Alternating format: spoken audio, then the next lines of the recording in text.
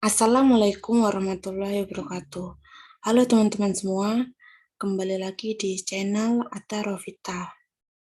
Saya Atta Rovita Wasiati, NIM 1811201012, Prodi Bioteknologi Universitas Asia Yogyakarta. Akan membahas kasus tentang stem cell, penyakit leukemia. Leukemia adalah kanker yang disebabkan oleh pertumbuhan tidak normal pada sel darah putih atau leukosit, di mana sel darah putih muda tidak menjadi matang seperti seharusnya, melainkan menjadi sel yang dikenal sebagai sel leukemia. Leukemia adalah penyakit yang dapat menyerang semua jenis usia, tidak terkecuali pada anak-anak. Leukemia merupakan jenis penyakit yang sering ditemukan pada anak di bawah usia 15 tahun. Leukemia juga penyakit kronis yang menempati urutan kedua dan ketiga sebagai penyebab kematian pada anak. Sampai saat ini, penyebab leukemia masih belum diketahui secara pasti.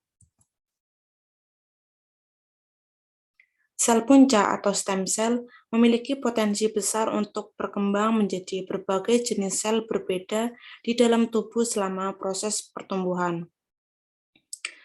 Stem cell memiliki dua sifat kardinal, yaitu mampu memperbarui diri sendiri atau self-regeneration dengan menghasilkan salinan yang sempurna dari diri mereka saat proses pembelahan. Dan yang kedua, dapat berdiferensiasi menjadi jenis sel khusus yang memiliki fungsi spesifik pada tubuh. Dalam mengobati penyakit ganas seperti kanker, imunodefisiensi, atau penyakit herediter akibat kelainan genetik dilakukan transplantasi. Transplantasi merupakan suatu metode penanaman sel punca yang berasal dari orang lain. Transplantasi sel punca yang telah umum dilakukan adalah transplantasi sumsum tulang. Namun, berbagai faktor menyebabkan transplantasi ini sulit dilakukan, seperti sulitnya mencari donor yang tepat dan sesuai, prosedur yang sulit dan menyakitkan, serta biaya yang tidak murah. Kemudian ditemukan penelitian baru yang menggunakan darah tali pusat. Darah tali pusat merupakan darah yang ditemukan pada pembuluh darah pada tali pusat dan plasenta. Tali pusat adalah tali yang menghubungkan fetus dengan plasenta. Setelah itu, darah tali pusat memiliki kelebihan dan kekurangan. Untuk kelebihannya adalah yang pertama, proses pengumpulan mudah. Setelah darah terkumpul, kemudian dikirim dan disimpan di bank darah. Setelah beberapa hari atau minggu setelah proses, darah tersebut dapat digunakan. Hal ini jauh berbeda dengan stem cell sumsum tulang, di mana pasien harus menunggu lama untuk mendapatkan donor yang sesuai. Selain itu, proses transplantasi sumsum tulang dapat membutuhkan waktu beberapa minggu hingga beberapa bulan. Biaya yang digunakan lebih murah, kemudian resiko transmisi penyakit infeksi minimal, dan tidak beresiko untuk ibu dan anak. Karena proses pengumpulan darah tali pusat tidak menyakitkan baik untuk ibu maupun bayi dan bisa dilakukan sebelum atau setelah melahirkan plasenta. Selain kelebihan tersebut, darah tali pusat juga memiliki kekurangan, yaitu slow engraftment.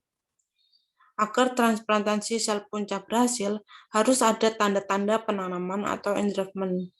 Tanda tersebut dapat diukur dari produksi neutrofil dan platelet. Dua tanda klinis pemulihan ini memakan waktu lebih lama pada transplantasi darah tali pusat dibandingkan sumsum tulang. Salah satu faktor yang berpengaruh terhadap engraftment adalah dosis sel. Dosis sel yang terbatas, kemudian batas waktu penyimpanan belum diketahui.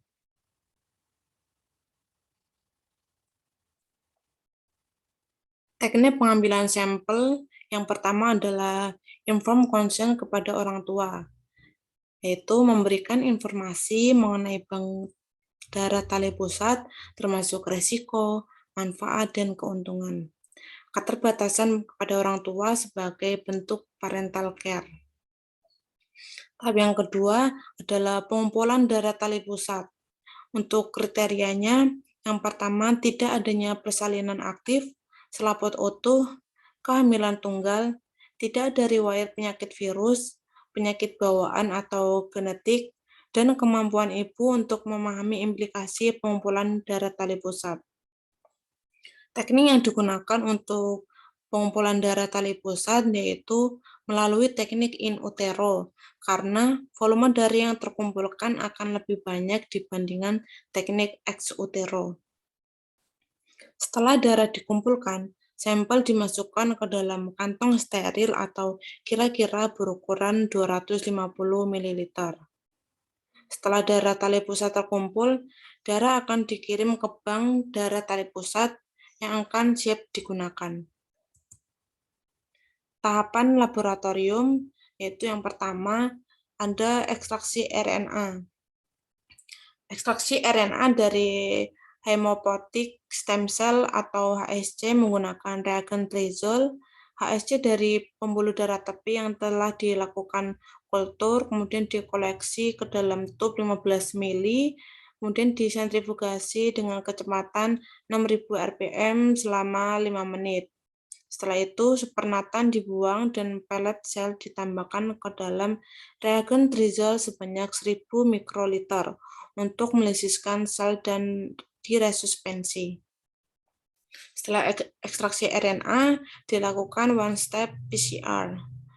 One-step PCR dilakukan dengan menggunakan reagen superscript 3 one-step RT-PCR. Kemudian sebelum membuat master mix, reagen harus ditowing dan di-spin down terlebih dahulu. Setelah master mix dimasukkan ke dalam alat thermal cycler, di mana cDNA sintesis dilakukan langsung dengan PCR amplifikasi.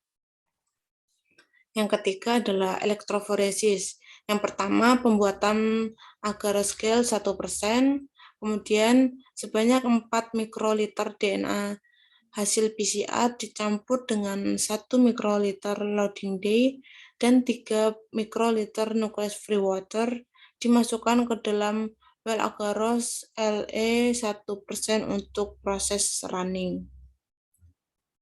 Setelah dilakukan elektroforesis, kemudian dimasukkan ke dalam GAL documentation atau transluminator UV untuk proses dokumentasi dan dianalisis. Berikut merupakan daftar pustaka yang saya gunakan untuk materi. Sekian dari saya, apabila ada salah kata mohon maaf. Wassalamualaikum warahmatullahi wabarakatuh. Terima kasih.